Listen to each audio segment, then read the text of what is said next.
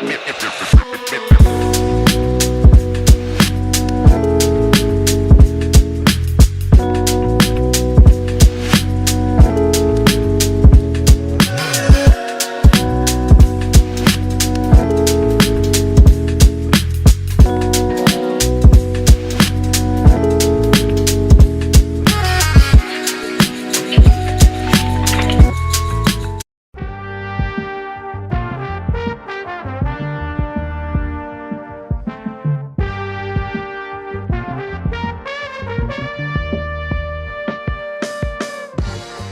is up, everybody, and welcome to the All-NBA Show, part of the All-City Podcast Network. I'm your host, Adam Mares, coming to you on this Monday, and I'm joined by my esteemed colleague, Tim Legler. Legs, how was your weekend? What's up, man? Weekend was great. Living the dream. Getting paid to watch a lot of basketball, man. You can't beat it.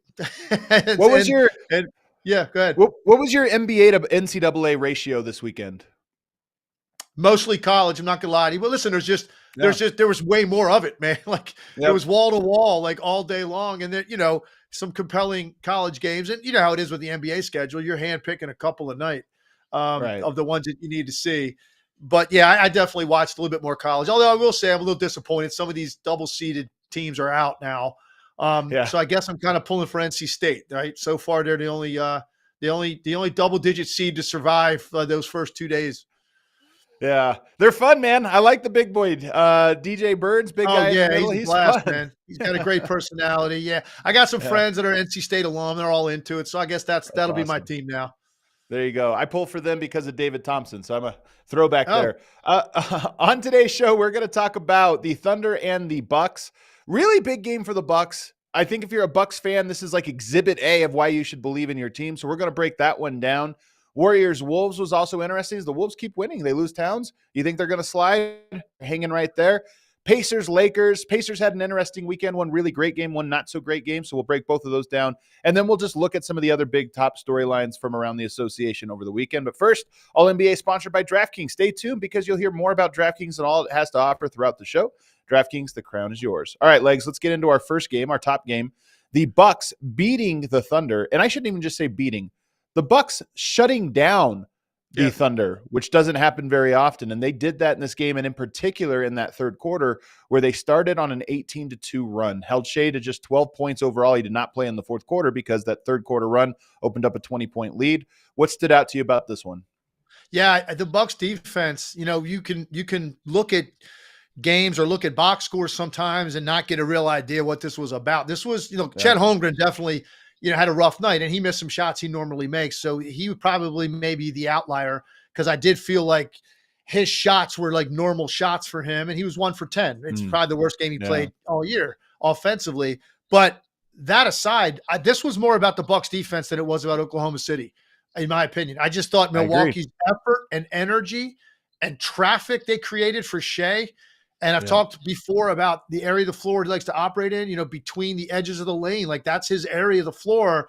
He always finds a way to have a counter move to get back and stay within that area. It's very rare for a guard to kind of stay in that area because there is so much traffic and be that effective. He didn't get any. He not have any space. They were crowding him. They'd had great switches on him. They had multiple guys they could throw on him. When he did get a little bit of an angle and turn the corner, you got a lot of length to shoot over against this team. So I just thought, for me, watching the Bucks all year long, this was as good defensively as you can see them be, which is what, we're hoping, Doc would have that kind of an imprint. And, you put it all at Doc Rivers' feet. I don't know. I think Doc has made them play harder. I think they're more accountable to each other. Yeah. I think now, Adam, it's later in the year and they realize like the time was running out to turn this around and be the type of team that can actually contend and win a championship. They weren't going to be that trading baskets with people. They have definitely locked in more. And as you said, I think it's a great way you described it. This will be Exhibit A. If you want to go in there and state your case for why we could potentially still contend with Boston and win a championship this year, that would be the game that you would present and the way you played specifically defensively. And it should be noted that this is a game that was the first time, let me see, I have it written down here, the first time you've seen the big three, Middleton, Giannis, and Damian Lillard, the first time since February 3rd. So you're talking almost 2 whole months since you get a look at that. And then I believe it was only the second or third time that the starting five, their preferred starting five, had played together in the Doc era. So this is a team that has been banged up, that has not been playing a lot of games at full strength. And I think it's very easy when it's not a star player, it's very easy to discount and say, yeah, but you had Giannis and Dame, so what excuse is there? But oftentimes you build a 5-man roster, you put specific players around them to complement those guys. And when you don't have it, some things can be thrown out of whack. But I look at this one and I go, their starting five has the best net rating of any 5-man lineup to play 250 minutes at least. Better than Denver, better than Boston's, although by a tiny margin. That's a big indicator for me. And then when you see them get a statement performance like this, 118-93, and just dominate the Oklahoma City Thunder, the fewest points the Thunder have scored this year, to me, I just feel like that's an important stat, that starting lineup is this good. They don't play together very often, especially over the last 2 months. And then when they do play together for the first time, it's absolutely dominant.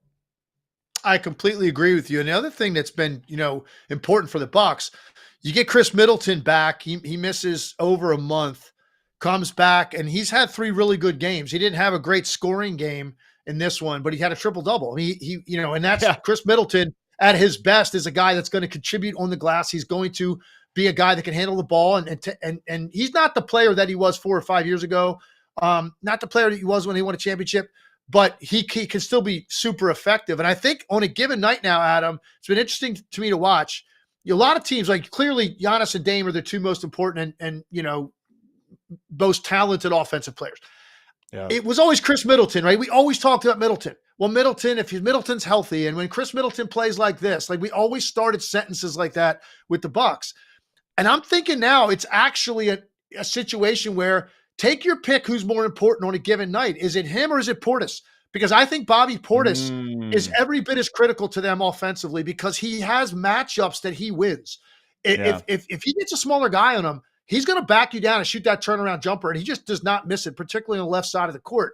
He's always looking to get space from the three-point line. It feels like Bobby Portis on the court a lot when they make runs. So now it doesn't feel like, hey, if Middleton doesn't play well offensively, they're kind of screwed. No, actually, now Bobby Portis is at a level that I'm kind of expecting these kinds of games out of him. So it doesn't have to be Middleton. They've got 4 guys now offensively that do it. You got your top 2, and I still think Lillard hasn't really hit full stride. I still think, and he might not this year. It might take another, an offseason and another year to get fully comfortable with how to play with Giannis because I think he's a little bit streaky still. Those other 2 guys, they're critical to them, and have Middleton playing this well when Portis has been this good all season long.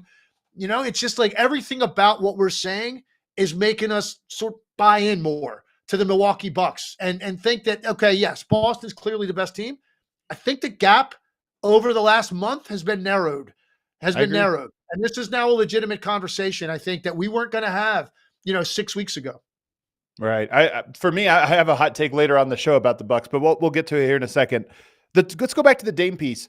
I believe over the last 2 months, he is running, really since Doc Rivers arrived, the second most pick and rolls of any player in the NBA. I think Jalen Brunson is number 1 in pick and roll frequency when he's on the court. Damian Lillard, number 2. And when I'm just watching, this is anecdotal, but it feels almost like running more pick and roll with Bobby Portis. So when you get those staggered lineups and he's out there, it almost is like every time you're running there, and he has a great connection with Portis. I don't know if it is the thing you're talking about. We've talked about all year about Dame is a little bit more comfortable when he doesn't have to worry about a second star and he can just go. But there's also this synergy between them. To your point, Bobby Portis is good at punishing that switch, and they get it to him a lot where it's just like, okay, Bobby Portis is one of those guys that's good at bully ball. So that dynamic is what's interesting to me. You have you played great defense last night. We'll get back to that in a second. You have a great stagger with both of your stars. I feel like those are huge pieces of this puzzle. And when you say there's more room to grow, I think what you're saying is their best punch almost doesn't feel quite what we expect it to be. Their best punch can be better, but all the other stuff is starting to fall into place. That's a great way to put it. That's exactly how I feel. I do feel like there's still something more that when they get humming at the highest level, we haven't seen that consistently. And I still think maybe that's there for them to find, which is that'll make it even a more interesting conversation with Boston. The thing about Portis is interesting. Yeah, he punishes the switches because he's so good backing you down and shooting that little turnaround over you. His ability to screen on the perimeter and sprint, like dead sprint to the open 3-point area, 15, 20 feet away, it's really unusual because he sprints. Like if he sets the screen on, let's say, sort of like the right slot or the right wingish area, he will sprint past the middle of the floor to the opposite wing after he screens, and he's sort of running and twisting his body at the same time. And when it hits his hands, his feet are set and he lets it fly. And sometimes I'm like, man, he didn't even really get a good look at the rim because he's coming out of these spins. He doesn't screen and then like backpedal to the spot. Like a lot of screen guys that want to pick and pop, they'll pick and then they'll like backpedal. So they're always facing the ball. He runs with his back to the ball and then spins out of it as the ball's on the way to him, catches it, lets it fly. It just shows you like how much confidence he has now in that shot. He's got great court awareness, spatial awareness. He knows where he is. He lets it fly. I've been talking about Bobby Portis for the last like 3 years because of the impact he has on this team, but I feel like it's never been as consistent as it is right now. And they're like, I almost was about to say he is clearly their third best offensive player right now, but I don't think it's clear. I still think Middleton, because of his ability to handle the ball, and he's shooting 57% in the 3 games since he came back. He's got to be feeling pretty good right now. All things very positive for the Bucks, and this is the kind of game when you do it on both ends. And the first half was sort of like a street fight. Milwaukee scored 70 points in the second half after scoring 48 in the first half. So the second half, they got cooking offensively, but their defense was fantastic throughout this game, and they just completely stalled a normally potent Oklahoma City offense. So let's go back to the defense here. So after the game, Doc Rivers and the players, I think it was Bobby Portis who was interviewed after the game, who said, this is the most connected we've been all season long. And I think that's a good way to put it. Now, offensive connection, they made some shots, they made their run. I'm not ready to give them full offensive connectivity stamp just yet, because that's when we're saying we think they have more. That's what I think we're going to see over these next 11, 12 games. But defensively, that was a very connected performance because there were a lot of possessions last night that required 5, 6, 7 rotations. Guys out at shooters, then everybody scrambling on the backside. And that's what Oklahoma City does to you. To have a great defensive performance against some teams, you could say, okay, well, ball got stagnant. Was it impressive? I don't know. Oklahoma City, if you shut them down, it's impressive because they moved the ball, they spread you out. And last night, it was just tons of rotations where everybody on that team was, 1, giving full effort, and 2, reading each other. You're closing out there. I'm going to X out over here. We're switching on this. I'm going to drop on that. That was the part that was so impressive to me, is it was execution that stood out on the defensive end. Yeah, and I agree with that. And I watched the third quarter again. I watched that twice because I wanted to see. That's where the game got away from Oklahoma City. That's where the separation came. And you're right. And it requires a lot of communication, and it requires anticipation for the next rotation. When you see teams that struggle defensively, whether it's, in general, they're not a good defensive team, or on a specific night, they weren't very good defensively. A lot of times, and this actually happened to the Warriors, we're going to talk about the game. This happened to the Warriors in some big moments for them where the anticipation of the next rotation was late, because that's what it takes. Number one, you have to have the scheme and game plan going in when you see sets. This is how we're going to play it depending on the personnel. Like, that's just how NBA teams work. You're going to talk about those things. That's the first thing. Do you have a good game plan in general? Bucks did. Secondly, are you communicating in the moment as the action's about to take place so that everybody understands we're all on the same page? We know what this is. We've seen this, and we're prepared for this now. And then the last part is the rotation or the next action defensively is anticipatory. It's not a half second late, which is the difference between a guy taking a semi to fully contested 3 and having that extra half second to take an uncontested shot. And with a team like Oklahoma City, they're counting on that. They were 10 for 43 from the 3. They shot 23% from the 3-point line. And a lot of it was because of the Bucks. They were early on their closeouts. They were early on their next action defensively. And it makes all the difference in the world when you watch something visually even, and it's standing out to you at home if you're an NBA fan, and you're like, wow, man, these guys are getting after it. What I'm describing is why. The next action is anticipated. They're moving a half second even before they have to, because they understand where the flow of the ball is going, and they're closing down that space just to make everything more congested and make guys put it down one more time. If you do that enough times in an NBA game, you are going to have a great opportunity to win. You're going to have a great defensive performance like they had last night. If there's one reason to buy the Bucks now, and I want to talk this about both about the Bucks and the Thunder, because one of the questions I've had with the Thunder is, in the playoffs when teams try to key in on certain things, how do you respond to them? And the one thing they're going to key in on, what Milwaukee did last night, was building a wall against Shea. This is what you were talking about at the very start. It's the defense you're supposed to play against Giannis. You have to wall off the paint, send early help, and really be big, be long. And then you're vulnerable to closeouts and kickouts there. And you've got to scramble like hell behind it once the kickout comes. They did a great job of that. But that's what teams do in the playoffs. They really key in on this is how we have to shut it down. And to beat it, the closeouts and the rotations behind it have to be 100%. Milwaukee did that last night. And look, it was an off night. I'm not trying to go too hard on the Thunder. But this is what I worry about with the Thunder, is that when you do sort of blockade what it is they're trying to do, things can snowball on them. And them having an 18-2 run, scoring 2 points in 6 minutes to start the third quarter, those are the things that scare me about the Thunder. Do you feel like there was something revealing about how Milwaukee was able to execute that game plan, or was it just an off night for the Thunder? I would say definitely Oklahoma City was just not in rhythm. Like it wasn't them. I've watched a ton of Oklahoma City this year. That didn't look like them. But I think Milwaukee was, with their pressure and the way they were taking away space, had a lot to do with it. But Oklahoma City was not very good last night by their standards, clearly. I think the one thing that I did notice that when I watch Oklahoma City and they struggle at times was very prevalent last night, the size difference.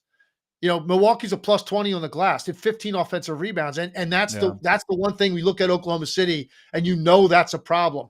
And it's really a problem if they're not operating to the fullest extent offensively. Now you got a problem on your hands, and that's what they had last night. I'm not saying that every team can replicate that. Giannis had 8 offensive rebounds by himself. There's one Giannis Antetokounmpo in this league, right? So you're not going to get that every night, but there are certainly teams in the Western Conference that are going to be able to hurt you big time on the offensive glass. Dallas and Denver come to mind right off the top of my head as two teams that can really hurt you with their offensive rebounding. And so, it's different if you're taking the ball out of the net a lot. That's going to be different, because now that's fine. That's our weakness. We just scored 125 points. What are you going to do about that? Well, they didn't last night. They were under 100. Now that becomes a much more significant glaring weakness. Your inability to secure that one shot defensively when you're not scoring as well on the other end of the floor. I'm buying the Bucks. I think my official opinion on this is there's too many indicators for me. Like the Bucks, their flaws throughout the year have stood out. I think connection is such a big part. Going into the playoffs, you have a lot of talented teams. Which ones are sort of coalescing and becoming a unit? And Milwaukee, to me, is showing a lot of signs of that. There's still more to go, but defensively, they're starting to show that. And then their best, starting lineup, and even their secondary, I think their best starting lineup with Beasley and the big three and then Lopez, that one's been great. But if you swap Khris Middleton for Jay Crowder, that lineup has also been great. So if you combine those two, it's like 500 minutes. Big four plus one of those two wings has been phenomenal. I look at that and I go, that lineup's going to play a ton of minutes in the playoffs. I'm buying it. I think that they have 11, 12 games. They're going to need all of them to sort of round into form. But I'm buying the Bucks. I actually think they're really good. We expected them to be really good coming into the year. I think a lot of people sold stock, but I'm rebuying all the Milwaukee stock as we round towards the playoffs. What's going to be interesting for Milwaukee, okay, right now, they're obviously not catching Boston. And it's going to be interesting to watch Boston manage these last 10, 11 games. But that kind of a pad, that kind of a lead, you clearly can't just completely take your foot off the gas. That's dangerous for your rhythm. Denver did it last year, though, Legs. Yeah, they did, but Denver is probably the smartest team in the league, the way that they play together. Okay. Boston is a team that at times can help you guard them. So I'm curious to see what they're going to do. They're clearly going to try to preserve guys, and they're going to pick their spots, and they're going to stagger the rest and all of that. Milwaukee is 3 games up on the 3 spot. I don't think they're getting caught. They got an interesting schedule, Adam. You look at it. They got the Lakers tomorrow. Then they go to New Orleans. That's going to be a tough game. New Orleans, they're important in New Orleans. They look at their next 4 games: Atlanta, Washington, Memphis, Toronto. I mean, you can't get a better 4-game stretch, right? So by the time they get through that, it'll be over. No one's catching them, and they probably won't anyway. But so then you got New York, Boston, Orlando, Oklahoma City, Orlando. You finish with all these good teams, but by then 2's going to be locked up. I'm really interested to see how Boston and Milwaukee, because to your point, they're just starting to get this level of connection. So do you get to a point where you're up 4 or 5 games with 5 to play? What do you do then if you're Doc Rivers? Because you want to keep this momentum going. But I know the way teams think, man, it's all about preservation and making sure nobody gets hurt. And let's just go into this thing fully healthy. So it'll be interesting to watch. But I do know this, and it's good. It's a good thing for us. It's a good thing for the league. It's a good thing for everybody that does this for a living.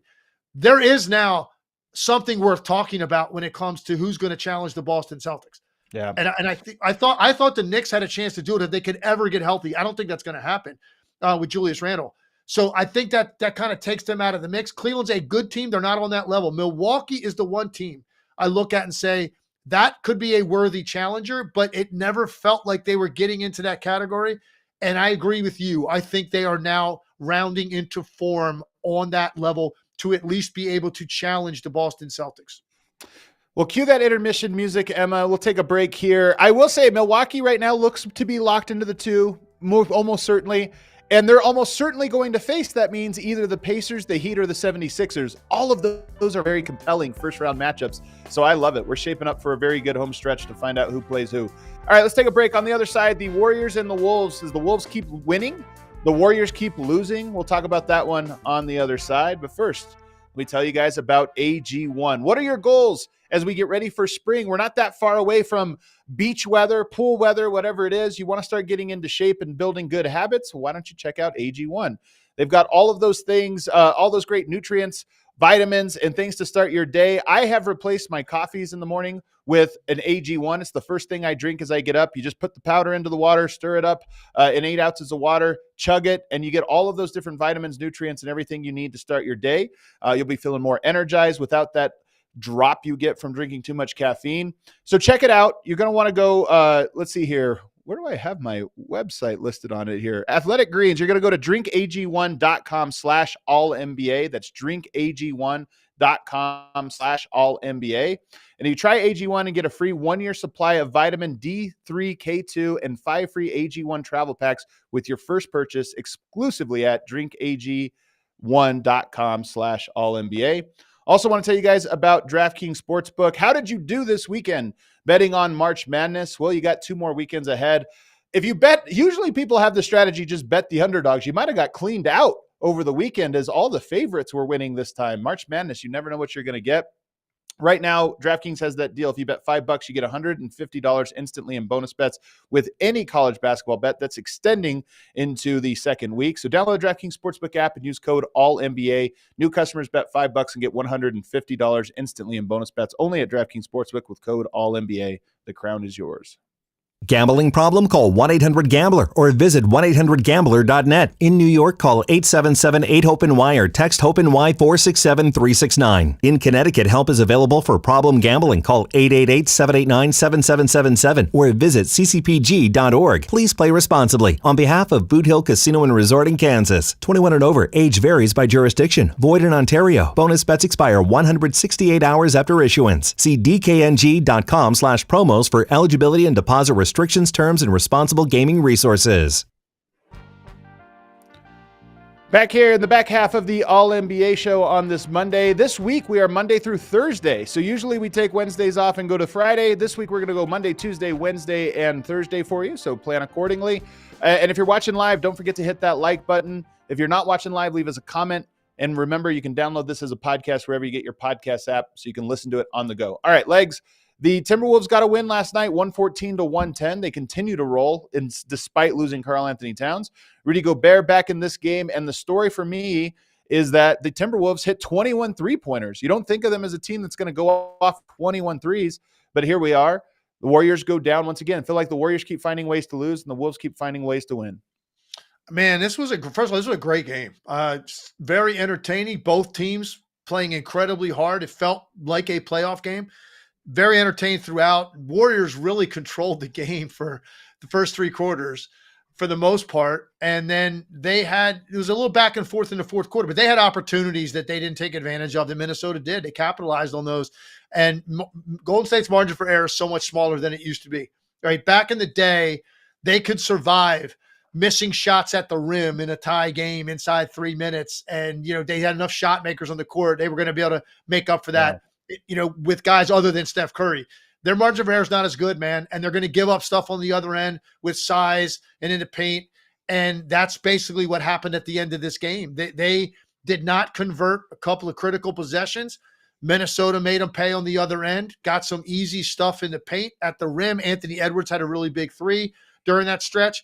And on a night when, if you feel like Golden State did everything they could possibly do to beat a team this good on the road, they still come up short at the end, and Minnesota makes the plays to get the win. And it was really across the board with the number of guys that had major contributions. Mike Conley was sensational down the stretch for this team. Naz Reid was great the entire game. Gobert had big moments. Anthony Edwards was big in this game.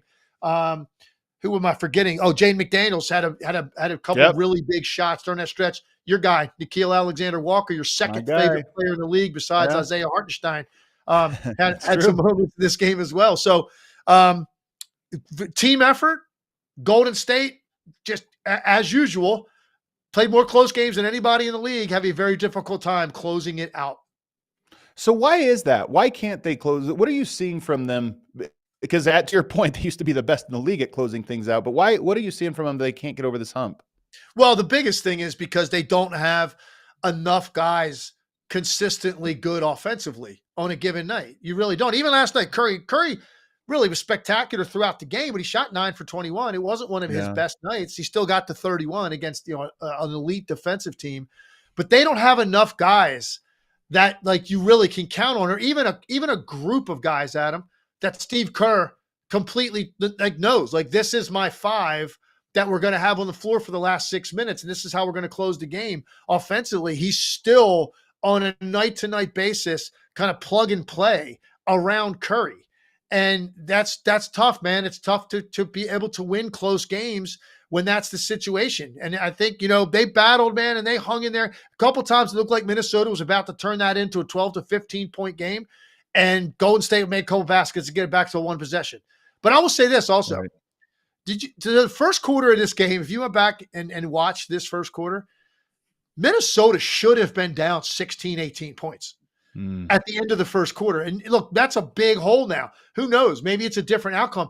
The fact that they were hanging around, it was only 9, it really felt like Golden State blew a massive opportunity because Minnesota was turning the ball over. They weren't shooting well. And Golden State had enough trips that were empty trips when they could have pushed this thing out beyond 15 points. Maybe it's a 20-point lead even. Early second quarter, they just did not capitalize enough on the opportunities given them early in the game, and it allowed Minnesota to be within arm's reach. And eventually they made their run and took control of the game. And now you put it in the hands of who's going to execute better down the stretch. In Minnesota, we've questioned that about them, but they were better in the last couple minutes of the game than Golden State was, which is really trying to do it through one guy on the perimeter and create all kinds of havoc around Curry. And let's hope we get something out of that. Minnesota is going to do a little differently. They're going to do it with athleticism and size and get you that way. And they, in addition to that, they had some big time 3-point shots that were made in the fourth quarter. The other thing about the size that stood out to me in this game, Golden State, I thought, had a really hard time getting into the paint. Now they would get offensive rebounds. They would get some of these slashes when the defense broke down. But when you talk about Steph just having to make something happen, I thought he had a really hard time doing anything inside the 3-point line. And that's the Rudy Gobert effect. But it's also just the accumulative length effect that we keep talking about with this Warriors team. To me, that's why if you're selling the Warriors, and there's a million little indicators of why, even though we both agree that they keep being this close, they seem like they're about to get over the hump, but they never do. But if you're really selling the Warriors, I think that's one of the biggest things is these big teams seem to be able to keep them out of the paint in ways that they used to collapse defenses so much and live in the paint. No matter how big you were, they would collapse you and get you scrambling and getting wide open layups. They're not getting those, especially Steph. Steph isn't getting those layups anymore.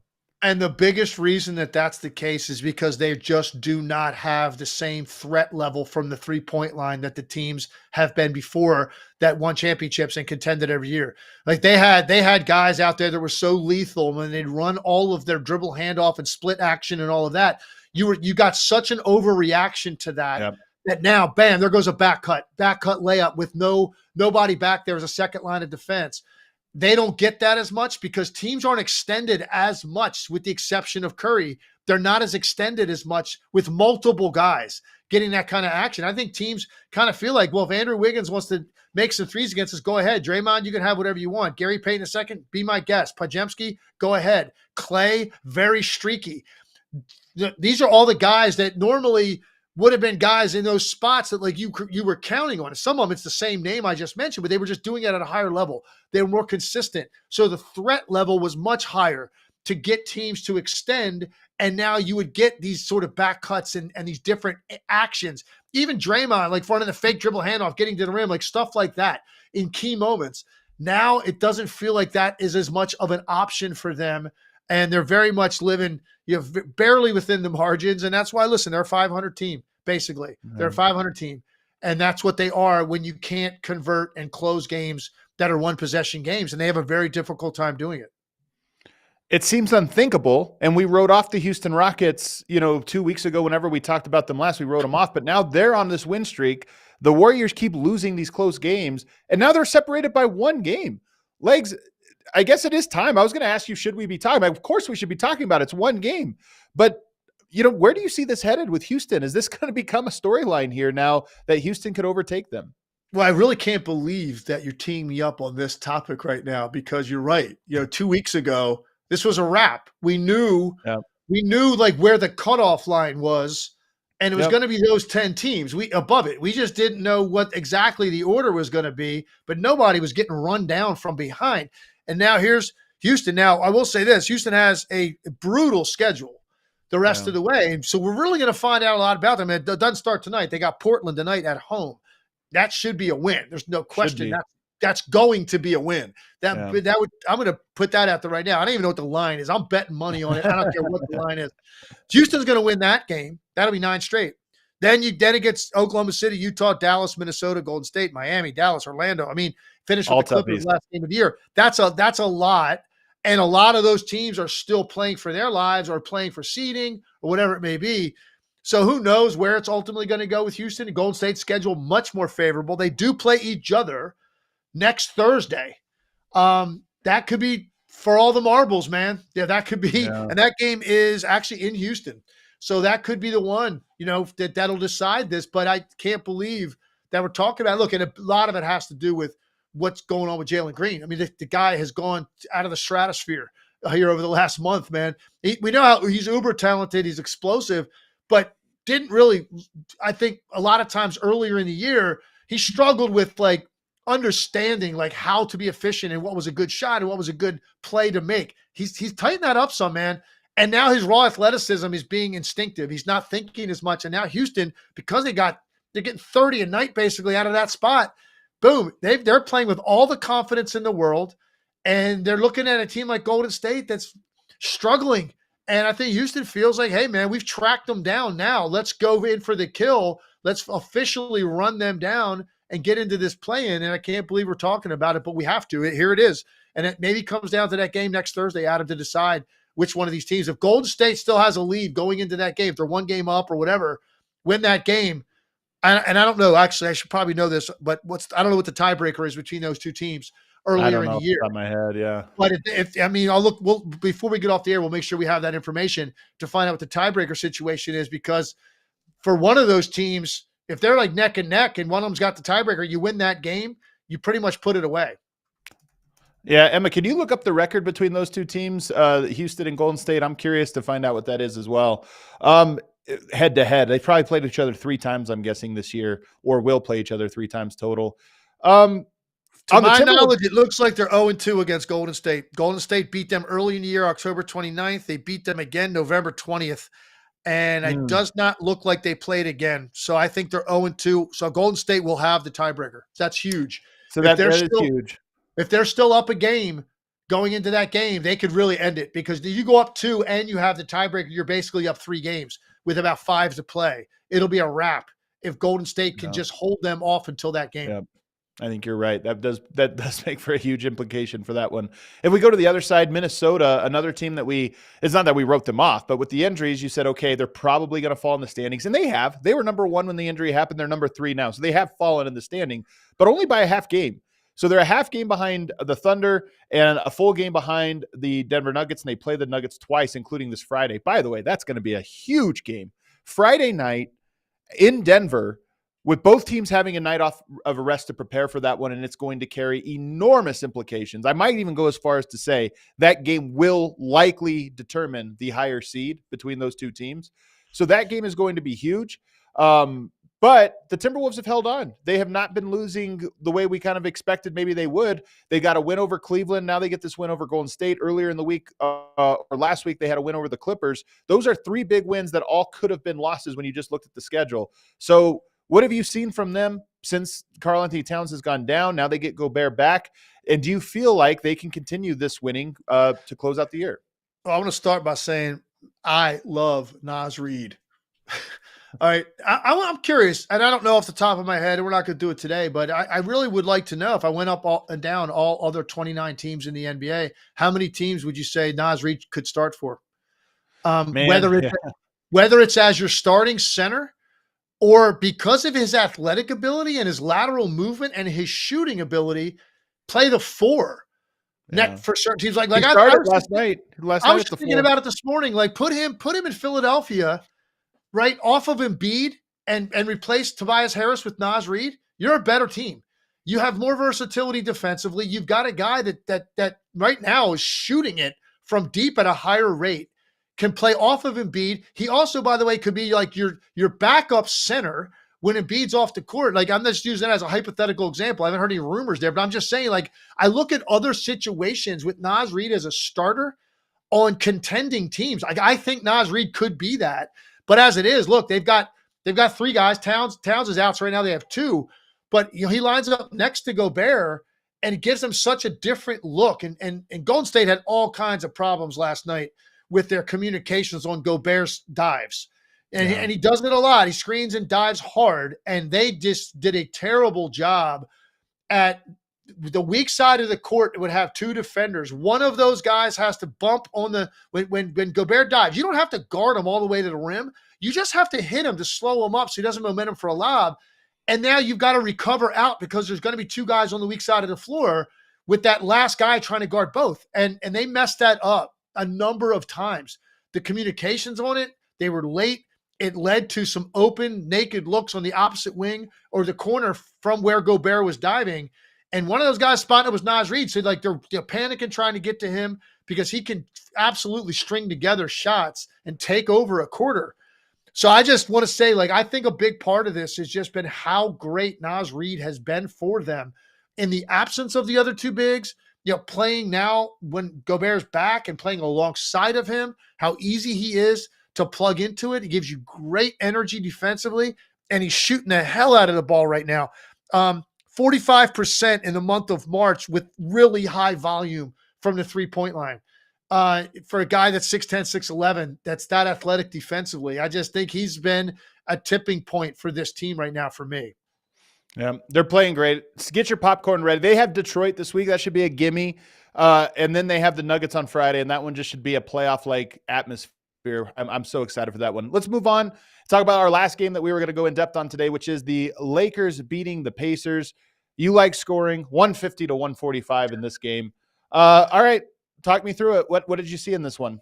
My goodness, man. First of all, the thing that's shocking is, and this is more of an indictment, I think, I'm going to say it's more of an indictment on the Pacers than it is pat on the back for Lakers. Lakers aren't supposed to play games like this, Adam. They can't play games like this. They can't play games like this. Like, so true. This is their worst nightmare to play this kind of a pace against a team that in Indiana, this is exactly how they want to play. And to the point where they're going up and down and they're looking at the Lakers saying, are you sure you really want to do this like at this level? Because at some point we're going to hit you with a barrage. You're not going to keep up this pace. And yet Lakers said, no, that's fine. We're cool. 78 points in the second half, 72 in the first half. Are you kidding me? So I think I look at the Pacers, who have been a very interesting team for me all year, because I still think that's a team that could be scary to play in a playoff series because of the way that they play. It's different than most teams in this league. I'm not saying they would beat one of the top seeds in the East. What I'm saying is, though, would I be shocked? Look at the way they played against Milwaukee all year. If they got the Bucks in a first-round series and they, won the first game, and now all of a sudden Milwaukee's heart rate's up, no, I'm not going to be shocked by that. Now, I think the Bucks would go on and figure it out and win the series. I think Boston clearly would beat them. But, if this were a 3-6 and any of those other teams against a team like this, it's just so different. I think you could make adjustments as the series went on and probably survive it and be okay.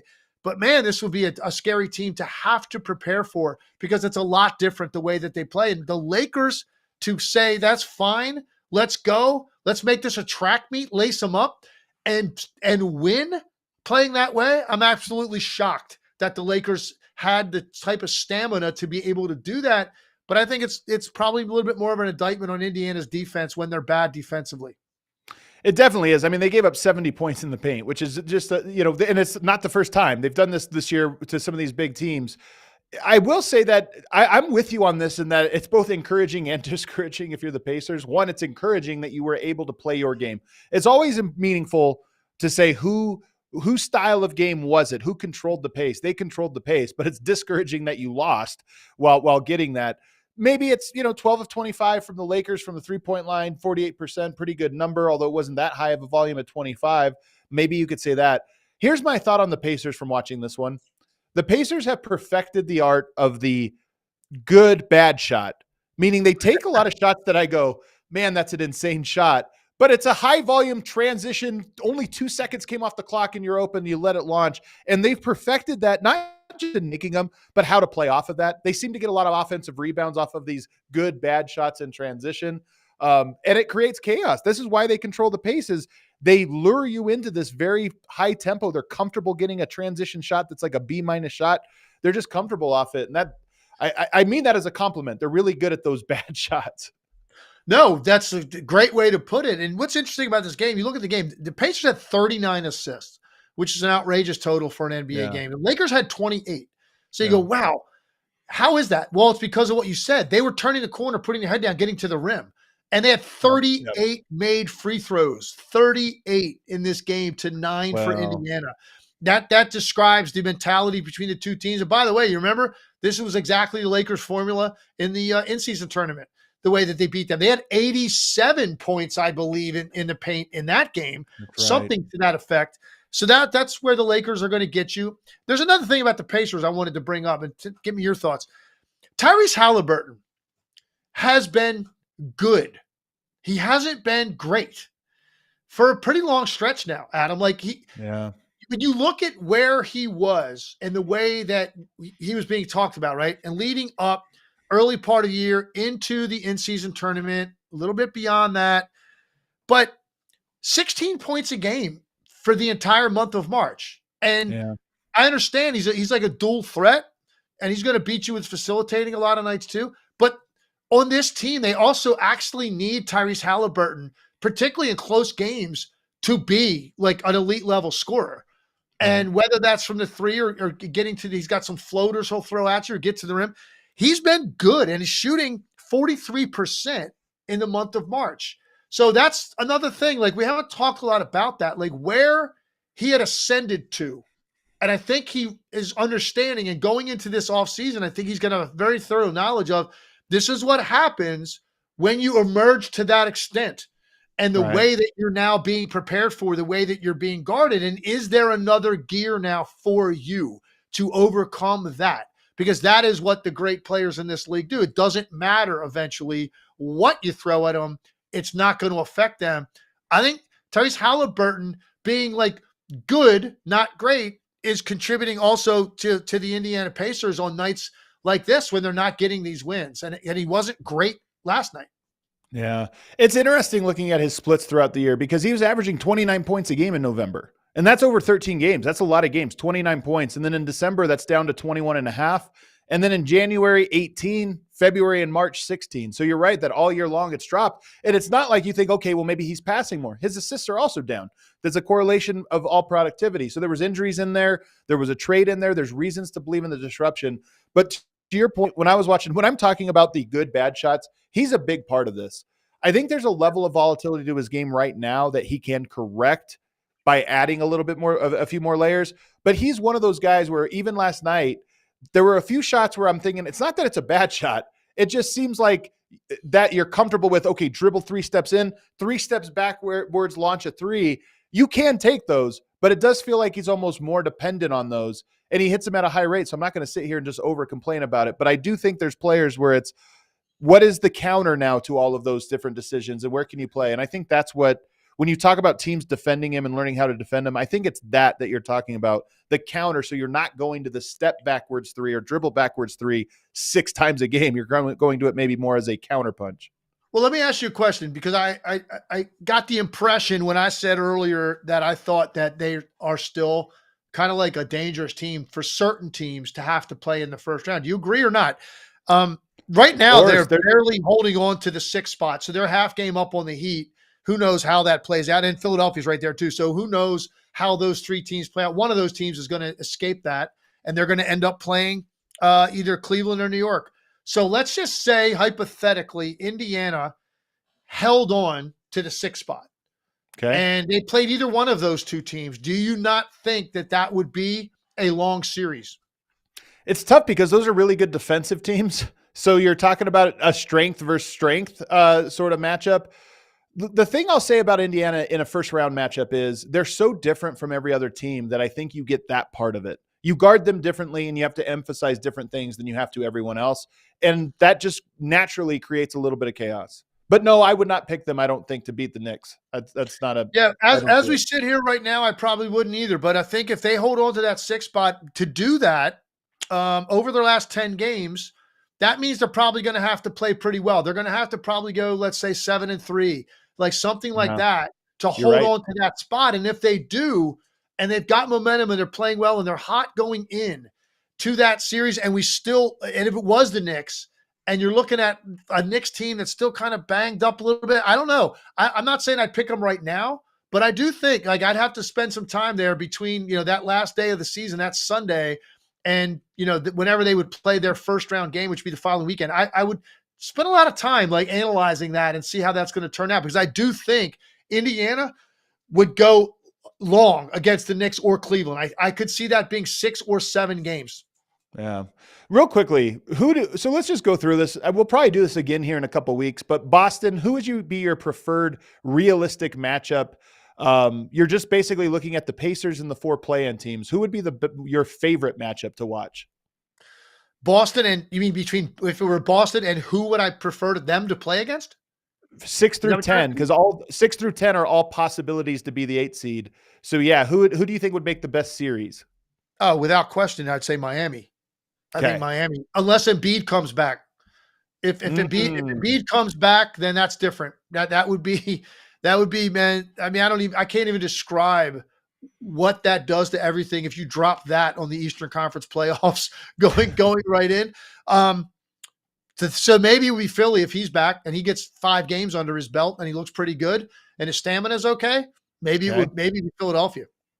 What about Milwaukee? What would make for the most interesting matchup? Oh, definitely Indiana.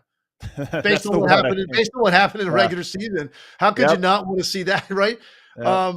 And especially like the way that it got to the point where they beat them, and then it was all kinds of talk, all kinds of stuff going back and forth, and they played again and they smoked them. And like, wow, like Milwaukee wasn't able to answer that bell. So that's definitely the matchup I think that would be most interesting. Although Milwaukee-Philly would be pretty fascinating too if it ended up being that with Giannis and Embiid. And then if we go just to the Orlando Magic, because they look like they're the most likely to be locked into the 5 seed, who would you rather them face, the Knicks or the Cavs? Definitely would rather see them play the Knicks. I'd love to see Orlando, New York in the first round. That would be fantastic. And Orlando, man, they've been amazing. They just keep getting it done. 7 out of their last 10 still. Like this late in the year, I feel like every time I look up at their last 10, they're north of 500 all year long. Just the consistency with which they've been doing it. Give them a massive pat on the back, man. But I'd like to see that. Give me Give me some Paolo Banchero going up against that Knicks defense.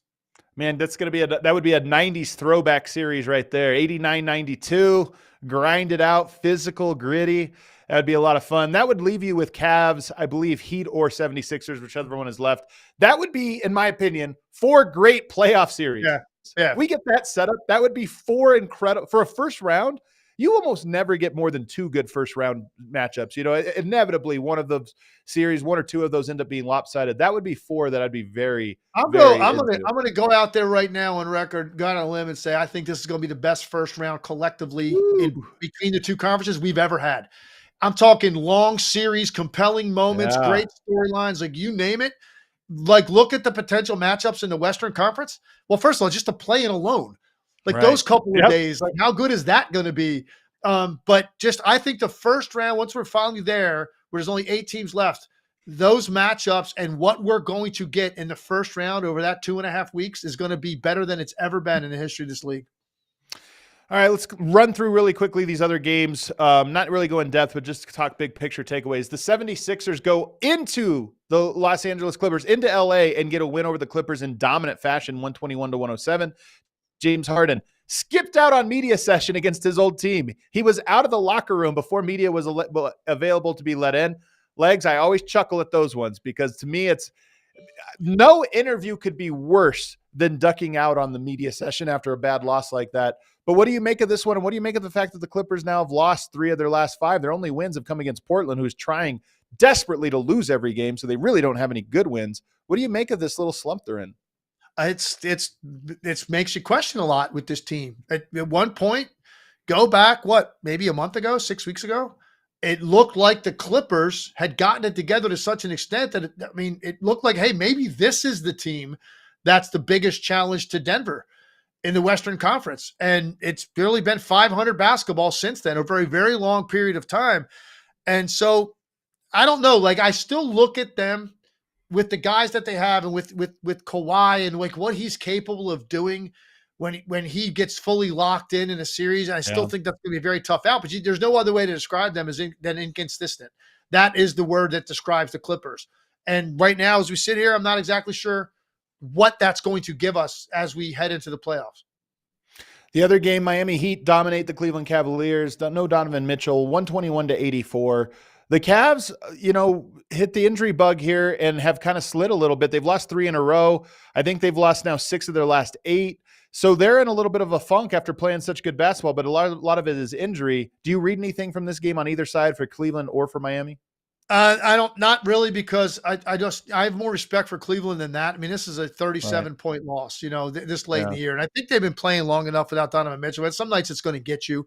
I still think at full strength, that's going to be a very difficult team to beat because of their guard play combination with the size. And then they have the shooting. I think they check every box that what you need offensively with breakdown guards, bigs, and then shooting.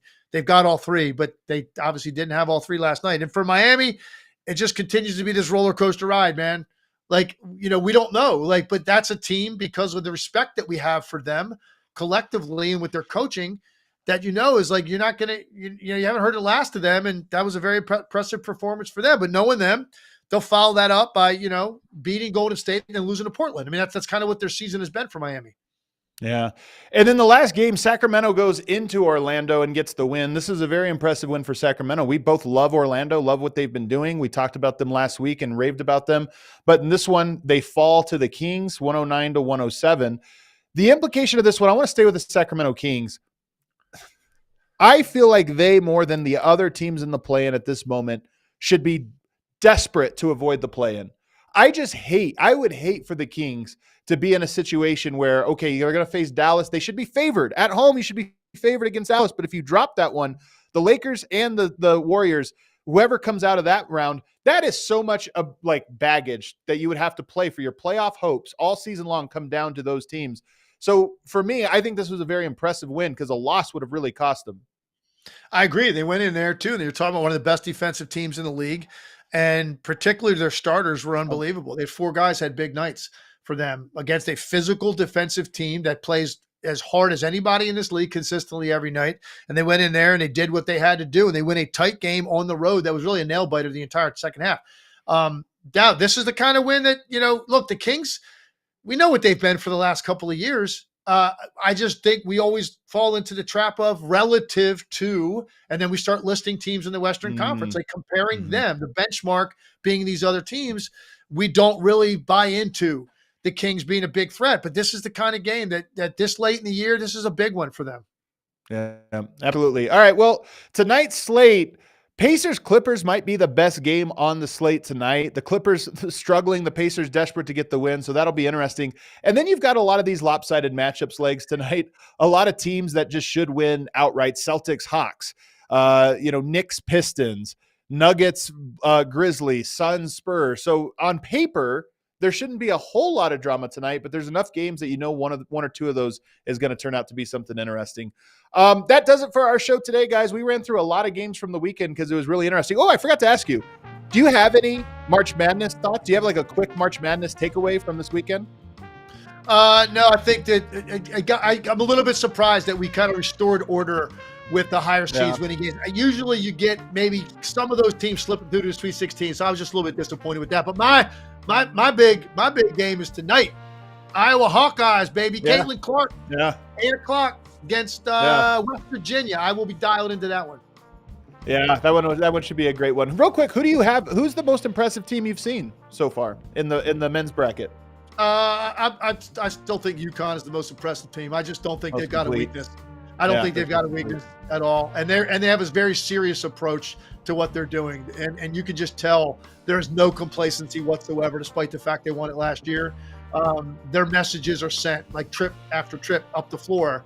They're the best team. It's going to take somebody playing, I think, way above their head and have one of those special nights shooting the basketball to beat them. Yeah. There you go, guys. Caitlin Clark tonight. Maybe we'll talk about her tomorrow on the show. Maybe that's the big story in the basketball world. Why not?